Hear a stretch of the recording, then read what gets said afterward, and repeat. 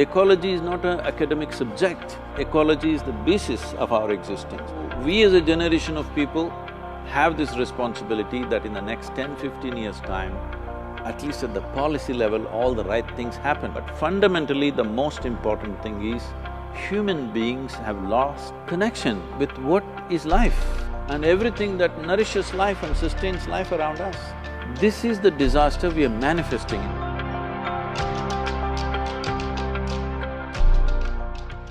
I wondered if you could talk to the kind of leadership you think is required to generate this kind of concern around conservation and the environment.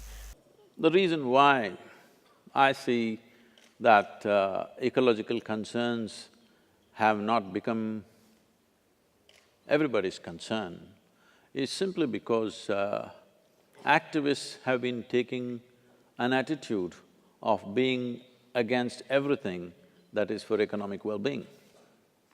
We've always pitched economy versus ecology. That's a fundamental thing that I wanted to change in India. I actually said this I am officiating the marriage between economy and ecology, because these two things can't go against each other, there is no way to do it. You have to go together. I think that is the basic message that needs to go, that we need not destroy businesses, we just have to transform businesses. And the necessary time, room and policy support is needed to transform businesses. Ecological sustainability is mostly understood as pollution coming from cities or industries or whatever. But what is missed is the biggest disaster on the planet is actually agriculture. It's the degradation of soil which is the real issue. Everything else can be attended to and reversed in a matter of few decades. The degradation of soil across the planet is not something that you can turn back, it will take 50 to 100 years. There are only two ways to regenerate the soil. One thing is the leaves from the trees and the animal waste and the human waste. Well, the trees are gone long time ago. The next thing is the animal waste. Without animals, you cannot enrich the soil, you cannot enrich the soil with bags of fertilizer. And I wondered whether, in the relationships, in the ecosystems around us, you see a certain spiritual process in conserving the environment. Essentially, spiritual means your experience of life has gone beyond your physical self. So if you experience yourself beyond this body, what will be your experience? Naturally, it'll be an inclusion of life around you. So what I exhale, the trees are inhaling, what the trees exhale, I'm inhaling every moment of our life.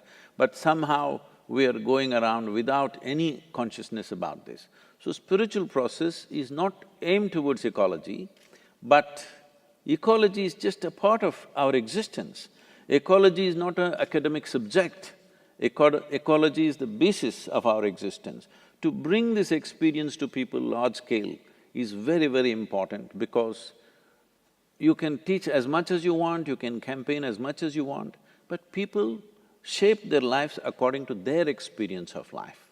Especially those people who hold positions of responsibility and power, who can make a difference in the world, their experience of life has to become much more inclusive than the way it is right now. I must tell you a little example.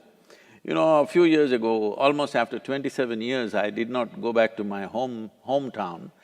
I go back to meet my family, but never did any programs there because I wanted to be little anonymous in my town. Well, which didn't work out about 10-12 years ago. They insisted I must do a program, I did a program, so everybody turned up, all my schoolmates, my school teachers, my college teachers, all kinds of people that I knew for a long time. So my English teacher at the end of the program came and hugged me and she said, now I know why you didn't let me teach Robert Frost. I said, ma'am, why would I not let you teach Robert Frost? I like Frost. I even went to his place and I have, in his own voice, recital of poetries. I said, why would I not let you teach? She said, don't you remember? And she reminded me. What happened was, we were always studying English poets and she's introducing American poetry to us. And she came and she started reading, she introduced Robert Frost, saying he's a great poet. And the first poem she started off, "Woods are lovely, dark and deep." I said, "Stop it. I don't want to listen to this man who calls tree a wood." She said, "No, no, Robert Frost is… I said, "I don't care how great he is. A man who calls tree a wood, I'm not going to listen to that guy." So this is just like a tiger looks at you and thinks breakfast. Breakfast, yeah. So this has to change in our mind. A tree is not a table, a tree is not a chair, a tree is not furniture. A tree is a phenomenal life and it's the basis of our life. This has to become a living experience for everybody, only then there will be sustainability. Do individuals need to alter their attitudes towards consumption, or are there larger solutions needed? The individual people are powerful today. One thing is there is social media, they can do a lot of work. Sitting at home, they need not go anywhere, they can impact the world in many ways. Apart from that, most nations on the planet are democracies. If the citizens do not manifest this and make it very clear, a democratically elected government will not do anything, they will do populistic things. We are willing to sacrifice a few conveniences for a larger and a long-term good. If we do not express that, no government will make any policy. Governments move at their own pace. You do not expect a huge, massive cargo carrier to just make a U-turn like that. I'm very clear on this. I'm just looking for a 1-degree turn. If you make a 1-degree turn and hold it, there will be a U-turn. And you mentioned this morning that you also managed to bring together bits of the Indian government who'd never met before. The different ministries, there is water management ministry, there is irrigation ministry, there is rural development ministry, there's agricultural ministry, but they never meet. So we got them to meet for the first time and look at what they could do together. That's what made a huge difference. And now the Planning Commission or the Niti Aayog, as it is called today, sent out a notification to all the 28 states that this Rally for Rivers policy is the official policy you must implement. Many states have already taken it up. In some we are directly participating, rest we are consulting.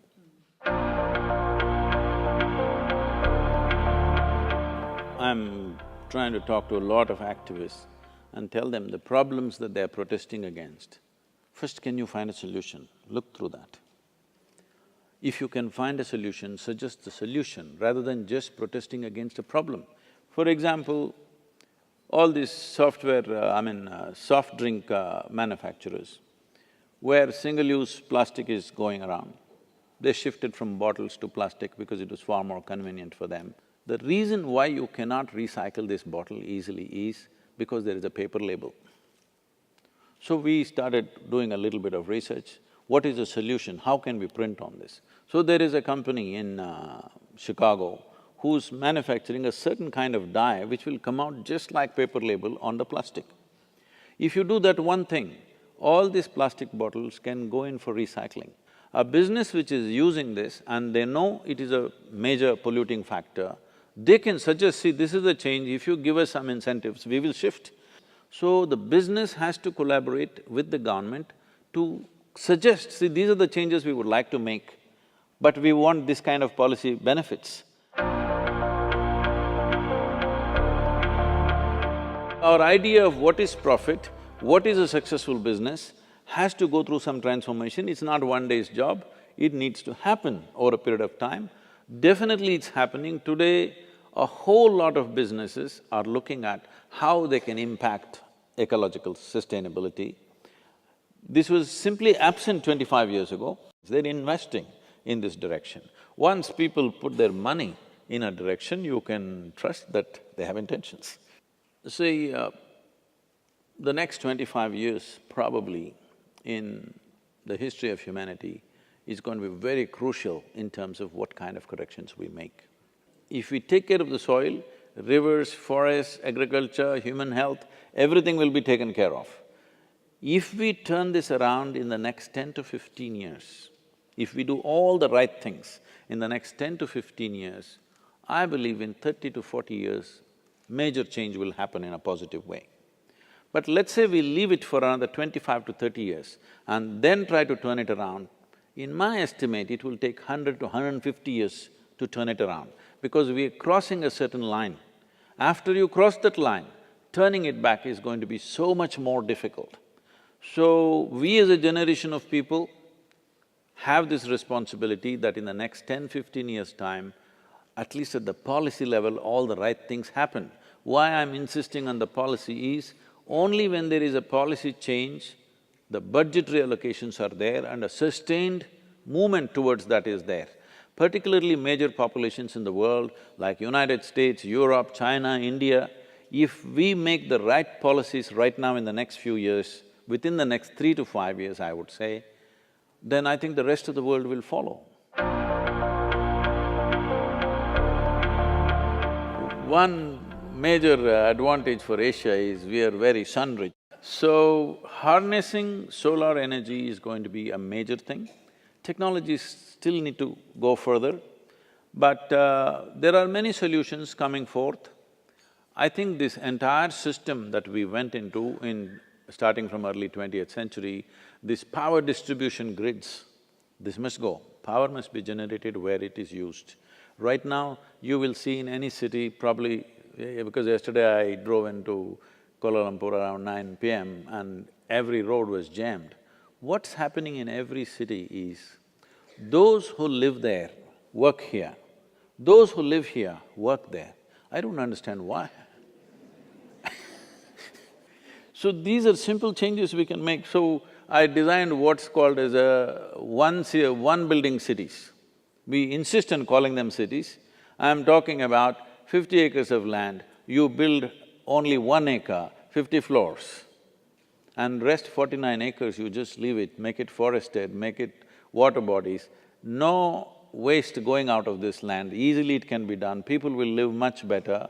Everything can be right there, they can live there, they can work there, children can go to school there, they can shop there. Once a week if you want to go out somewhere, you can go, but daily there is no need to pull out your automobile. Before we launched the Rally for Rivers, our project Green Hands had planted a little over 33 million trees, which has changed the green cover in one state. But now with Rally for Rivers, we have signed MOUs with 6 different states in the next 8 years for nearly 7 billion trees.